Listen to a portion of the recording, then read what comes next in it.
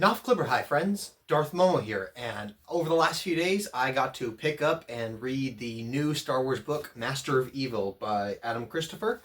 It takes place shortly after the events of Revenge of the Sith. It's in between the run of the 2017 Darth Vader comic, and it's about Darth Vader. So, what are my thoughts? Overall, I enjoyed this. I gotta say, I love the connections and the connective tissue and how it inserts itself into the middle of the 2017 Charles Soule Darth comic run. I also like a lot of the references it makes to like just Sith lore with like the Sith code and all that, Revenge of the Sith, that kind of stuff. Adam Christopher has really seemed to like doing that a lot with just this book, and I've read his Shadow of the Sith, and they both kind of love doing those little inserts and Easter eggs like that. I also thought it was cool that it actually started out with a prologue about Count Dooku in like the last year or the second year of the Clone Wars, somewhere around there, because it has the super tactical droid in it. So that was kind of cool. That being said, though, so this book was announced, I think, back in like April, March or April, and when I heard about it, I was really excited. This has been the Star Wars story I've been looking forward to over the last few months. Not really anything on screen or any of that, just this book. And when I learned over the last couple of weeks or so that Darth Vader was not actually the main character, but it was a new character who was an Imperial Royal Guard, I was disappointed, honestly. I'm glad I learned that in advance, because I would have been pretty upset if I picked up this book and started reading it and learned that. I learned it in an advanced review from Star Wars Explained on YouTube, but still, I think it was a missed opportunity. Darth Vader's at a really interesting point in his life, because this is shortly after Revenge of the Sith, so now he's newly become Darth Vader. Everything that he just went through, that's all fresh in his head. He's still kind of trying to figure out what's going on with life moving forward, and that's some of what we captured in the 2017 Darth Vader comic. But with a book, you can explore a character in a way you can't with a comic. And while I really love the work some of those comics did, it didn't really touch on it in the way that a book could have. So I was really looking forward to that, because I think out of all the points in Darth Vader's life, up until we get to the point between Empire and Return of the Jedi, this is some of the most interesting parts of his life that can be explored. And the fact that it was just we saw everything through the eyes of another character instead of focusing on Darth Vader himself. I thought that was a really missed opportunity, especially since, when's the next Vader story going to come out? And between the comic run and this, like, they're not going to touch this era with Darth Vader for, I can't see them doing any more stories around that. So I feel like we missed what could have been a really cool opportunity. All in all, too, with that being said, so the character is a Imperial Royal Guard named Halland Goth. And he's in Revenge of the Sith in the Plagueis scene. He's the Royal Guard on the right-hand side of the box, the little opera house box that Palpatine and Anakin are in, which I thought that was cool how they kind of inserted him. And I went and, even as I read that, I went and double-checked that scene. I'm like, oh yeah, there is a guard, because I thought everybody cleared out of that scene. And they referenced that a couple times in the book too, so I thought that was cool. And he's an interesting character. At first, it took a while to get into him, but as time went on, I got into his story, and spoiler alert, obviously we're going to get into spoilers with this book, so he does die at the end. He's got like a chronic illness that's rare, so it's not necessarily something that can be healed, and that's what fuels him throughout the book, is trying to get in touch. He's basically told he's assigned to spy on Vader, but as he starts kind of learning the pieces of Vader's history and his past, and what he'd gone through, and realized that Vader's in a life support system, his goal was to kind of befriend Vader in a sense that he could maybe use Vader to help him discover some secret of immortality and how to cure himself, or at least like live, because he's a younger guy. But obviously that doesn't end up playing out. He realizes that Vader lives based off his hatred, which I love that touch. It's hatred and his pain and all that, and that's what fuels Vader. And he's like, yeah, I'm not going to live like that. And at the end, he goes down with a ship, which I like that ending for him.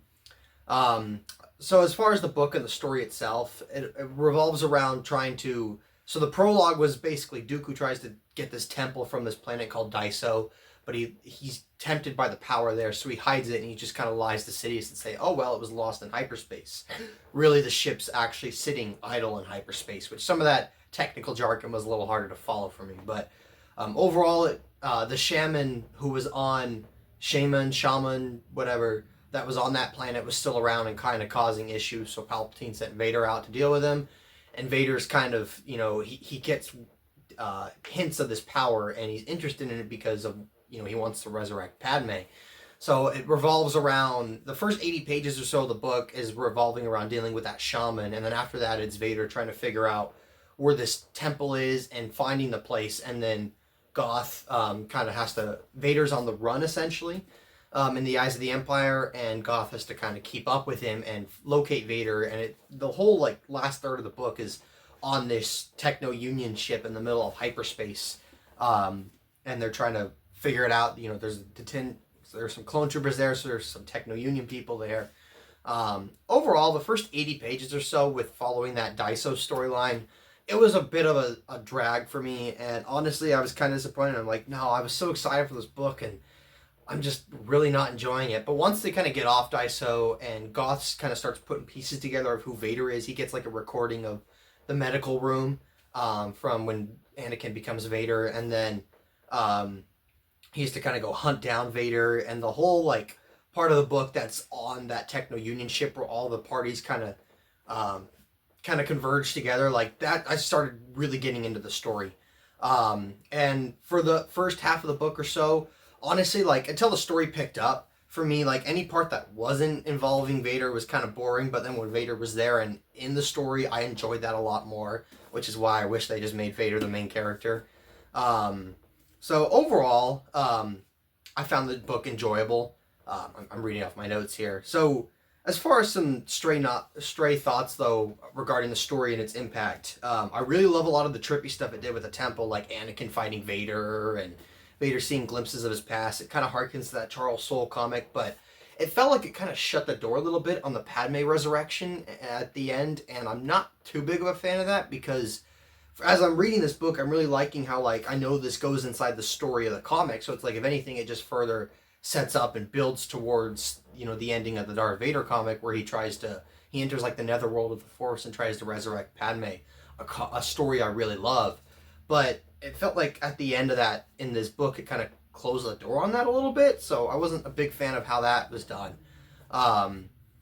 I also liked it includes Commander Appo. He's in. He's got a prosthetic leg from Revenge of the Sith, and then he's kind of Vader's like second in command. He's like the new Captain Rex essentially. So I really love that inclusion. And there's a part where like Vader, his prosthetic leg gets damaged, and Vader fixes it for him. It's just the two of them. There's no other clones around. Appo's struggling to fix it on his own, and Vader kind of comes in and fixes it for him. I kind of like that because then Vader tells Appo's like, I live to serve the Empire, and Vader's like, no, you live to serve me. So I kind of like that little bit, like Vader's bought his loyalty. But that being said, like, I also have some mixed feelings on Vader's portrayal. Like, there's some moments where Vader feels a little too soft or a little, like, un-Vader-like, where, he kind of, like, gives in when people are like, Goth's like, let her go or whatever, talking about this Daiso inhabitant that gets brought along and kind of gets looped into the story of the daughter of the shaman. Goth's like, let her go and stick her up for her, and it felt like Goth was kind of, I don't want to say ordering Vader around, but trying to work with Vader as an equal, as opposed to just a subordinate. But I also understand that, like, this is a point shortly after Revenge of the Sith, so we're at kind of like the bridge of Anakin and Vader, kind of, he's trying to figure out, his new Vader, like, personality. And I know that was part of the arc of the Charles Soule comic, and we're not at the end of that comic yet. That was part of the arc, was getting him from, like, Anakin in a Vader suit to the Vader personality. So it felt kind of weird reading it, but at the same time, I'm willing to cut it some slack, considering that. I also thought the ending was kind of weird with Palpatine. It was left kind of vague and ambiguous, especially since Vader was basically on the run, but then it kind of ends with just Palpatine just kind of like cackling, and then Vader just kind of walks off and business as normal. I also thought it was going to set up the rest of the Darth Vader comic, but it didn't, which, I mean, that's fine. I also thought the whole Techno Union plotline was kind of stupid, and I could have done without that. I was kind of like, anytime those were the chapters we were focusing on. But overall, I enjoyed the book. I had fun with it, and like I said, once the story picked up, I was really like into it and flipping pages. And like I said, I bought this Tuesday. I read the prologue Tuesday night, and then I blew through it the next 3 days and finished it today. Today's Saturday. So overall, I'm going to give it an 8 out of 10. If you're a Vader fan, if you're a Imperial fan, I recommend picking it up. If you're a Force kind of, you like the trippy kind of stuff, the trippy side of the Force, I recommend picking it up. If you just want a good Star Wars book, I think it's one of the better ones in the new canon. So I'm going with 8 out of 10. Otherwise, thank you guys for joining in. Darth Momo out, and may the Force be with you. Always. Thanks for watching.